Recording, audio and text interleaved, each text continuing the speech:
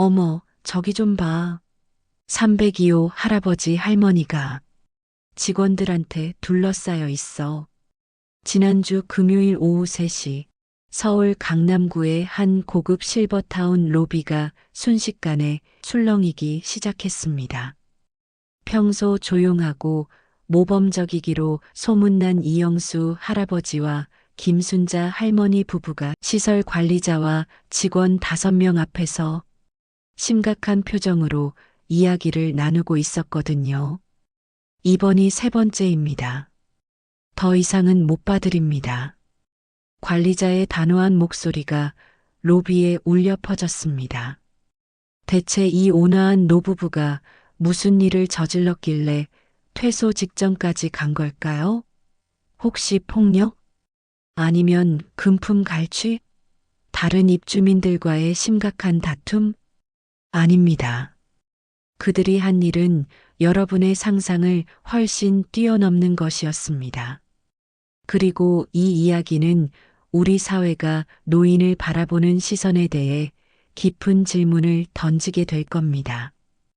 이영수 할아버지와 김순자 할머니는 결혼 52년 차 금슬 좋은 부부로 유명했습니다. 자녀 3명을 모두 성공적으로 키워냈고 할아버지는 중견 기업의 임원으로 정년 퇴임하셨죠. 두 분은 5년 전부터 월 450만 원짜리 이 프리미엄 실버타운에 거주하며 제2의 인생을 즐기고 계셨습니다. 이곳 실버타운은 서울에서도 손꼽히는 최고급 시설이었어요. 24시간 의료 서비스, 미슐랭 셰프가 만드는 식사, 실내 수영장, 피트니스 센터, 도서관, 영화관까지 갖춘 곳이었죠. 하지만 고급 시설인 만큼 규칙도 엄격했습니다. 입주 시 서약한 생활 수칙만 해도 27개 항목이었어요. 그 중에서도 특히 강조되는 것이 몇 가지 있었는데요. 공동생활 질서 유지, 타 입주민 배려, 위생 및 안전 수칙 준수 같은 것들이었습니다. 그리고 그 안에는 우리가 상상하지 못한 세세한 금지 조항들이 숨어 있었죠. 이영수 할아버지 부부는 모범 입주민이었습니다. 아침 체조 프로그램에 빠짐없이 참여하고 다른 어르신들과도 원만하게 지냈어요. 할머니는 서예 동아리에서 활동했고 할아버지는 바둑 모임의 회장을 맡고 계셨죠. 직원들도 저 부부 참 좋으시다라며 칭찬이 자자했습니다. 그런데 3개월 전부터 뭔가 이상한 신호가 포착되기 시작했습니다. 제보는 4층에 사는 박 할머니로부터 시작됐습니다. 이상해요. 302호에서 이상한 냄새가 나요. 고소한 냄새 같기도 하고, 그리고 밤마다 뭔가 부산한 소리가 들린다고요. 실버타운 관리팀은 처음엔 대수롭지 않게 생각했습니다. 노인분들이 워낙 예민하시니까 착각하실 수도 있다고 생각한 거죠. 하지만 제보가 계속 들어왔습니다. 302호 앞 복도에 뭔가 흘러나온 자국이 있어요. 새벽에 그 집에서 웃음소리가 들렸어요. 무슨 파티라도 하는 건가요? 관리실장 김 과장은 고개를 갸웃했습니다. 이영수 할아버지 부부는 조용하고 얌전하신 분들인데 밤에 소란을 피울 분들이 아니었거든요. 하지만 규정상 민원이 들어오면 확인해야 했습니다. 어느 화요일 저녁 김 과장은 정중하게 302호 문을 두드렸습니다. 할아버지, 혹시 괜찮으시면 잠깐 들어가 봐도 될까요? 다른 입주민분께서 이상한 냄새가 난다고 하셔서요. 문이 열렸을 때 김 과장의 눈이 커졌습니다. 거실 테이블 위에는 분명히 그것이 있었습니다. 할아버지와 할머니는 당황한 표정으로 서로를 쳐다보았죠. 이게 뭡니까? 김 과장이 물었을 때 할머니가 먼저 입을 열었습니다. 김치찌개예요. 제가 만든 거예요. 그렇습니다. 바로 요리였습니다. 실버타운에서 엄격하게 금지된 것, 바로 개인 호실 내 화기 사용 및 조리 행위였던 겁니다. 할아버지, 할머니, 이거 큰일이에요. 화재 위험 때문에 호실 내 조리는 절대 금지입니다. 입주하실 때 서약서에도 명시되어 있잖아요. 김 과장의 말에 두 분은 고개를 떨어뜨렸습니다. 알아요. 알고 있었어요. 이영수 할아버지가 작은 목소리로 말했습니다. 그런데 실장님, 50년 넘게 우리 집 김치찌개 먹고 살던 사람이 여기 와서 매일 양식만 먹으려니 속이 너무 안 좋더라고요. 김순자 할머니도 거들었습니다. 여기 음식이 맛없다는 게 아니에요. 정말 잘 나와요. 그런데 우리 입맛에는 집밥 맛이 그리웠어요. 특히 밤에 출출할 때 라면이나 끓여 먹고 싶은데 그것도 못하니 관리팀은 난감했습니다. 이해는 갔지만 규정은 규정이었으니까요. 화재 위험 때문에 만든 규칙이었고 만약 이 부부에게 예외를 인정하면 다른 입주민들도 요리를 시작할 수 있었습니다. 이번은 경고로 끝내겠습니다. 하지만 다음에 또 이런 일이 있으면 퇴소 조치까지 갈 수 있습니다. 두 분은 고개를 끄덕이며 사과했습니다. 조리도구는 모두 회수됐고 사건은 일단락되는 듯 했습니다. 하지만 그로부터 한 달 후 야간 순찰 중이던 경비원이 302호 창문 틈으로 새어나오는 불빛과 냄새를 발견했습니다. 밤 11시 두 분은 또다시 라면을 끓이고 계셨던 겁니다. 두 번째 적발이었습니다. 이번엔 문제가 커졌습니다. 관리팀은 더 이상 눈 감아줄 수 없었어요. 같은 위반을 두 번이나 반복했으니까요. 게다가 이번에는 다른 입주민들도 소문을 들었습니다. 302호가 또 요리했대요. 아니, 한 번도 아니고 두 번이나? 나도 집밥이 그리운데 나는 참는데 왜 저 사람들만? 실버타운 커뮤니티가 술렁이기 시작했습니다. 공정성의 문제가 제기된 거죠. 일부 입주민들은 그 정도는 봐줄 수 있지 않나라는 온정론을 펼쳤지만 또 다른 입주민들은 규칙은 규칙이다라며 원칙론을 주장했습니다. 결국 관리팀은 입주민 대표 회의를 소집했습니다. 이영수 할아버지 부부도 참석했죠. 두 분께 마지막 기회를 드립니다. 하지만 이번이 정말 마지막입니다. 세 번째 위반 시에는 계약 조항에 따라 퇴소 처리됩니다. 회의장은 무거운 침묵에 휩싸였습니다. 5년간 살던 곳에서 쫓겨난다? 월 450만 원짜리 실버타운에서 나간다? 그것도 요리 때문에? 김순자 할머니의 눈에 눈물이 맺혔습니다. 정말 죄송합니다. 다시는 안 그러겠습니다. 회의가 끝나고 많은 입주민들이 두 분을 위로했습니다. 우리도 이해해요. 집밥이 그립죠. 좀 가혹한 것 같기도 한데. 하지만 규정은 바뀌지 않았습니다. 두 분은 다시 한번 다짐했습니다.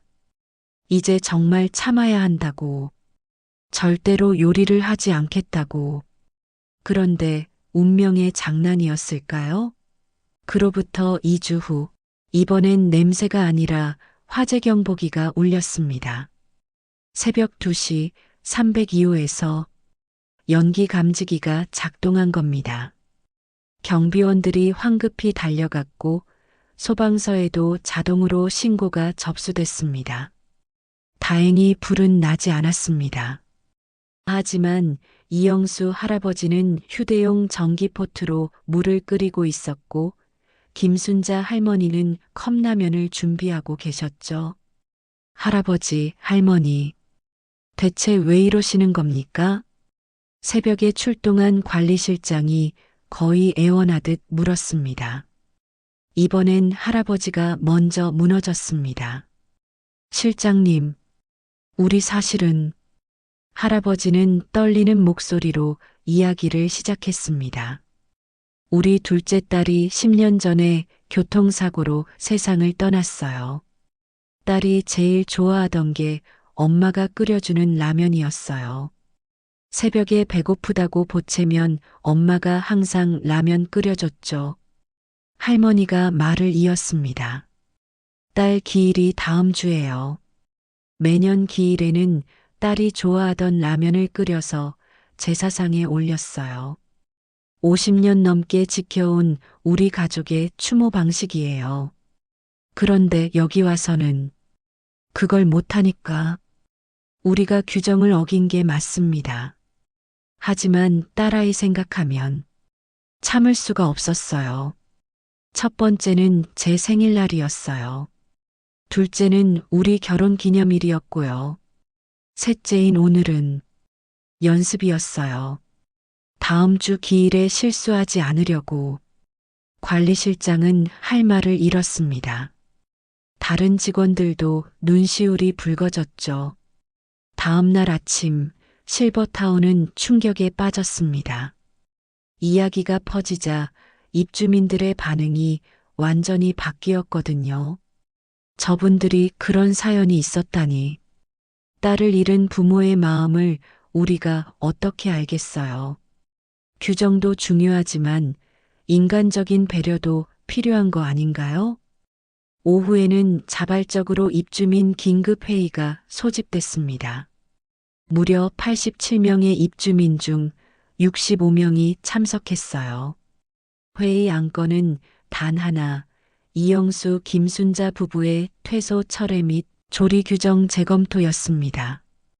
박 할머니가 먼저 입을 열었습니다. 제가 처음 신고한 사람입니다. 하지만 사연을 듣고 나니 제 자신이 너무 부끄럽더라고요. 우리 모두 여기 오기 전까지 자기 집에서 자유롭게 살았던 사람들 아닙니까? 79세 최 할아버지도 거들었습니다. 안전이 중요한 건 맞습니다. 하지만 우리가 죄수도 아닌데 라면 하나 못 끓이고 사는 게 말이 됩니까? 차라리 안전장치를 강화하는 방법을 찾아봅시다. 회의는 3시간 동안 계속됐습니다. 그리고 놀라운 결론이 나왔습니다. 입주민 대표단은 관리팀에 공식 건의서를 제출했습니다. 각 호실에 화재 안전 시스템을 보강하고 제한적이나마 간단한 조리를 허용해 달라는 내용이었죠. 물론 조건부로요. 전기포트와 인덕션만 허용, 가스 사용 금지, 화재 경보기 추가 설치, 월 1회 안전 교육 이수 등의 조건을 달았습니다. 일주일 후 실버타운 운영본부에서 답변이 왔습니다. 입주민 여러분의 의견을 수용하여 안전조리 프로그램을 시범 운영하기로 결정했습니다. 3개월이 지난 지금 그 실버타운은 완전히 달라졌습니다. 각 호실에는 안전 인덕션과 강화된 화재 감지 시스템이 설치됐어요. 매주 목요일은 우리 집 레시피 나눔의 날이 됐죠. 입주민들이 자신의 특제 요리를 만들어 와서 나눠 먹는 겁니다. 이영수 할아버지 부부의 김치찌개는 가장 인기 있는 메뉴가 됐습니다. 할머니, 이 김치찌개 레시피 좀 알려주세요. 제 남편도 이 맛을 엄청 좋아할 거예요. 김순자 할머니는 행복한 미소를 짓습니다. 그리고 다음 주면 또 오는 딸의 기일에는 이제 떳떳하게 라면을 끓일 수 있게 됐습니다. 관리실장 김 과장은 이렇게 말합니다. 처음엔 규정 위반이라고만 생각했어요. 하지만 이제 깨달았죠. 노인분들에게 필요한 건 단순히 안전하고 깨끗한 시설이 아니라 자신의 삶과 기억을 지속할 수 있는 공간이라는 거리요.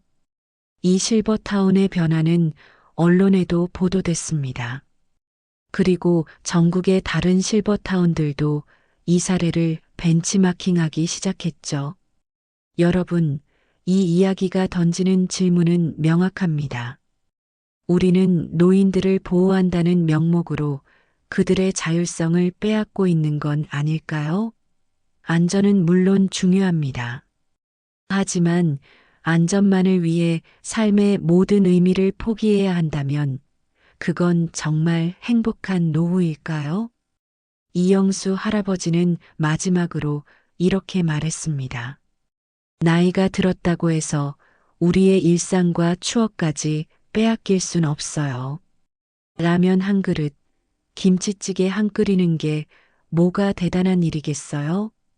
하지만 그게 우리한텐 50년 함께한 삶의 흔적이고 세상 떠난 딸과의 연결고리예요.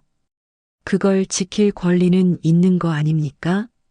이 이야기는 해피엔딩으로 끝났습니다. 하지만 전국에는 아직도 자신의 작은 자유를 포기한 채 살아가는 수많은 어르신들이 계십니다. 고급 실버타운이든 요양원이든 혹은 자녀의 집이든 노인이 존엄하게 산다는 건 단순히 안전하게 산다는 것 이상을 의미합니다. 자신의 방식대로 자신의 기억과 함께 자신의 일상을 누릴 권리를 갖는 것이죠. 302호 이영수 김순자 부부는 오늘도 행복하게 살고 계십니다.